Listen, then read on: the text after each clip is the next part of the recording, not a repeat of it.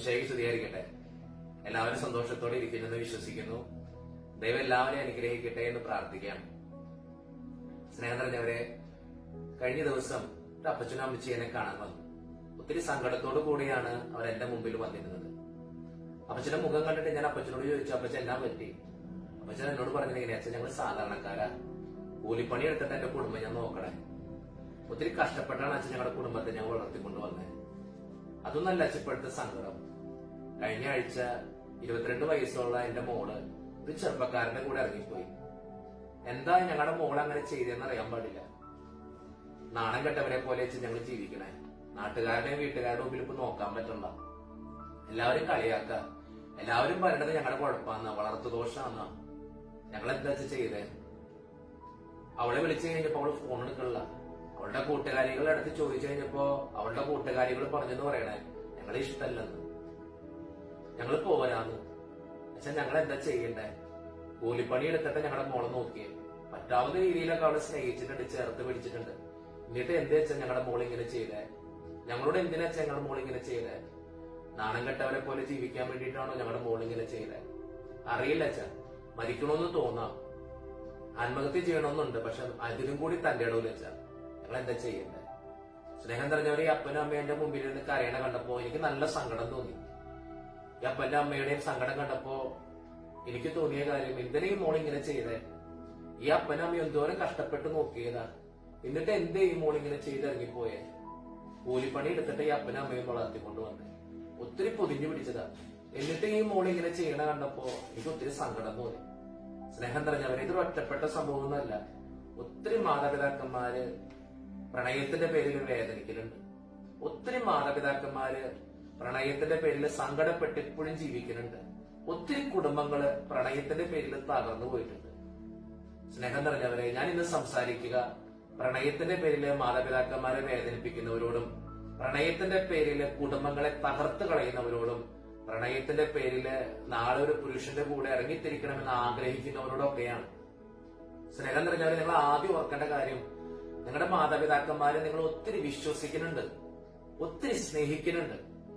ആ വിശ്വാസത്തിന് നിങ്ങൾ വില കൽപ്പിക്കണം. അവര് നിങ്ങളെ വിശ്വസിക്കുന്ന പോലെ ആ വിശ്വാസത്തെ കാത്തു സൂക്ഷിക്കാനും നിങ്ങൾക്ക് പറ്റണം. അപ്പോഴാണ് നിങ്ങളുടെ ജീവിതത്തിന് അർത്ഥം ഉണ്ടാകണേ. നിങ്ങളൊന്ന് ചിന്തിച്ചു നോക്കിയേ, നിങ്ങളുടെ മാതാപിതാക്കന്മാർക്ക് വേണമെങ്കിൽ നിങ്ങൾ ഉപേക്ഷിക്കാമായിരുന്നു. അച്ഛൻ ഈ അഗതി മന്ദിരങ്ങളിലും അനാഥാലയങ്ങളിലൊക്കെ പോകുമ്പോൾ തോന്നിയിട്ടുണ്ട്, ഈ അനാഥാലയത്തിൽ വന്നിട്ടുള്ള കുട്ടികളുടെ മാതാപിതാക്കന്മാരെല്ലാം അവർ ഉപേക്ഷിച്ച് കളഞ്ഞതാ. നിങ്ങളുടെ മാതാപിതാക്കന്മാർക്കും വേണമെങ്കിൽ നിങ്ങൾ ഉപേക്ഷിക്കാമായിരുന്നു. പക്ഷെ അവർ ഉപേക്ഷിച്ചില്ല. അവരവരുടെ ബുദ്ധിമുട്ടുകളിലും സങ്കടങ്ങളിലും ഒക്കെ ചേർത്ത് പിടിച്ചു. അവരെയൊക്കെ ഇട്ടിട്ട് നിങ്ങൾ ഒരു നാളെ, ഇന്നലെ കണ്ട ഒരു സുപ്രഭാതത്തിൽ കണ്ട ഒരു പുരുഷനുമായിട്ട് ഇറങ്ങിത്തിരിക്കുമ്പോ അവരോട് എന്താ പറയണ്ടേന്ന് അച്ഛൻ അറിയാൻ പാടില്ല. 10-22 വയസ്സ് വരെ നിങ്ങളെ പൊതിഞ്ഞു പിടിച്ച് സ്നേഹിച്ച് പറ്റാവുന്ന കാര്യങ്ങളെല്ലാം സാധിച്ചു തന്ന്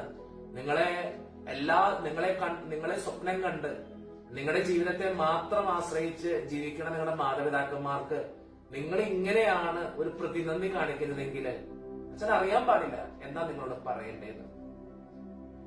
10-22 വയസ്സെന്ന് പറയുമ്പോൾ ഒരു ചെറിയ കാലഘട്ടമൊന്നുമല്ല, ഒത്തിരി കാലഘട്ടമാണ്. അവരുടെ സുഖങ്ങളും സന്തോഷങ്ങളും ഒക്കെ മാറ്റി വെച്ചിട്ട് അവര് നിങ്ങളെ നോക്കിയേ. എന്നിട്ട് എന്തേ നിങ്ങൾ അവരോട് ഇങ്ങനെ ചെയ്യണേ?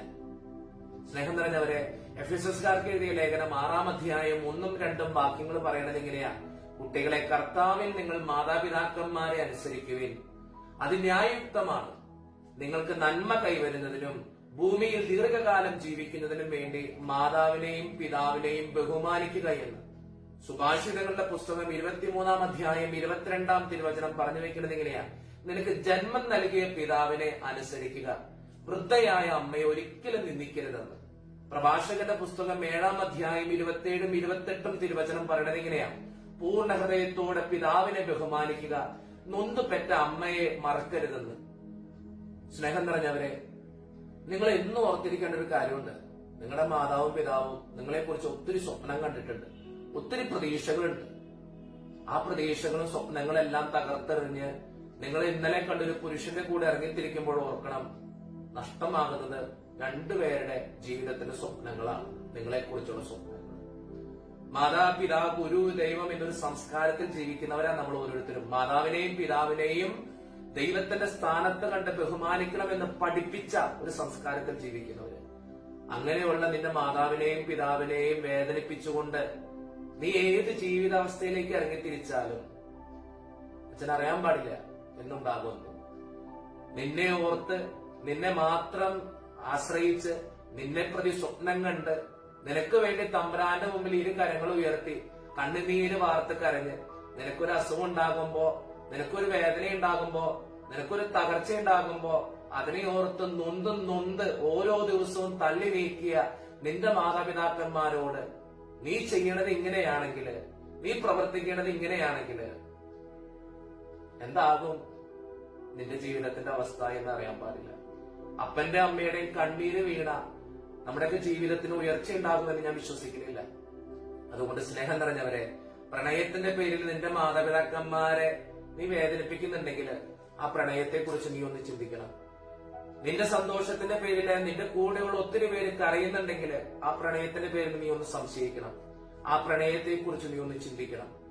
നിന്റെ മാതാപിതാക്കന്മാരുടെ സ്വപ്നങ്ങളും പ്രതീക്ഷകളും എല്ലാം തകർത്തെറിഞ്ഞ് നീ ഇറങ്ങിത്തിരിക്കുമ്പോൾ ഓർക്കണം, നിന്റെ കുടുംബം ഒരു നരകമായി മാറാണെന്ന്. നിന്റെ രണ്ട് മാതാപിതാക്കന്മാർ ചത്തവരെ പോലെ ജീവിക്കുകയാണെന്ന്. അവരുടെ എല്ലാ സ്വപ്നങ്ങളും നിങ്ങളായിരുന്നു എപ്പോഴും ഓർത്തുകൊള്ളണം. അതുകൊണ്ട് സ്നേഹം നിറഞ്ഞവരെ, ഉചിതമായ തീരുമാനങ്ങൾ എടുക്കുക. പ്രണയത്തിന്റെ പേരിൽ നിന്റെ മാതാപിതാക്കന്മാർ വേദനിക്കുന്നുണ്ടെങ്കിൽ അത് വേണ്ട എന്ന് വെക്കുന്നതല്ലേ നല്ലത്. പ്രണയത്തിന്റെ പേരിൽ നിന്റെ കുടുംബം ഒരു നരകമാകുന്നുണ്ടെങ്കിൽ, തകർന്നു പോകുന്നുണ്ടെങ്കിൽ അത് വേണ്ട എന്ന് വെക്കുന്നതല്ലേ നല്ലത്. പ്രണയത്തിന്റെ പേരിൽ നിന്റെ ജീവിതം തച്ചുടച്ചു പോകുന്നുണ്ടെങ്കിൽ അത് വേണ്ട എന്ന് വെക്കുന്നതല്ലേ നല്ലത്. പ്രണയത്തിന്റെ പേരില് ഒത്തിരിയേറെ പേര്, നിന്റെ കൂടെയുള്ള ഒത്തിരിയേറെ പേര് വേദനിക്കുന്നുണ്ടെങ്കിൽ അത് വേണ്ട എന്ന് വെക്കുന്നതല്ലേ നല്ലത്. എനിക്കൊക്കെ തോന്നിയിട്ടുണ്ട് പ്രണയം ഒരു തടവറയാ, പലരെയും വേദനിപ്പിക്കുന്ന ഒരു തടവറ. പക്ഷെ സുഹൃത്ത് വലയം ഒരു നല്ല കാര്യമാണ്. ഒത്തിരി സുഹൃത്തുക്കൾ ഉണ്ടാവട്ടെ, നല്ല മനുഷ്യരായിട്ട് ജീവിക്കട്ടെ, മാതാപിതാക്കന്മാരുടെ കണ്ണീര് വീഴ്ത്താതെ ജീവിക്കാൻ നമുക്ക് പറ്റട്ടെ. അപ്പോഴൊക്കെയാണ് സ്നേഹം നിറഞ്ഞവരെ നമ്മുടെ ജീവിതത്തിന് അർത്ഥം ഉണ്ടാകുക. അതുകൊണ്ട് പ്രണയിക്കുന്നവരെ ഉചിതമായി തീരുമാനമെടുക്കുക. നിന്റെ മാതാവിന്റെയും പിതാവിന്റെയും കണ്ണിനീര് ഒരിക്കലും നീ വീഴ്ത്തരുത്. കാരണം ദൈവം തന്ന രണ്ട് അനുഗ്രഹങ്ങളാണ് നിന്റെ മാതാവെന്നും നിന്റെ പിതാവെന്നും ഓർക്കുക. ഉചിതമായ തീരുമാനങ്ങൾ എടുത്ത് മുന്നോട്ട് പോകാം. നല്ല മനുഷ്യരായിട്ട് നമുക്ക് ജീവിക്കാം. ആമേൻ.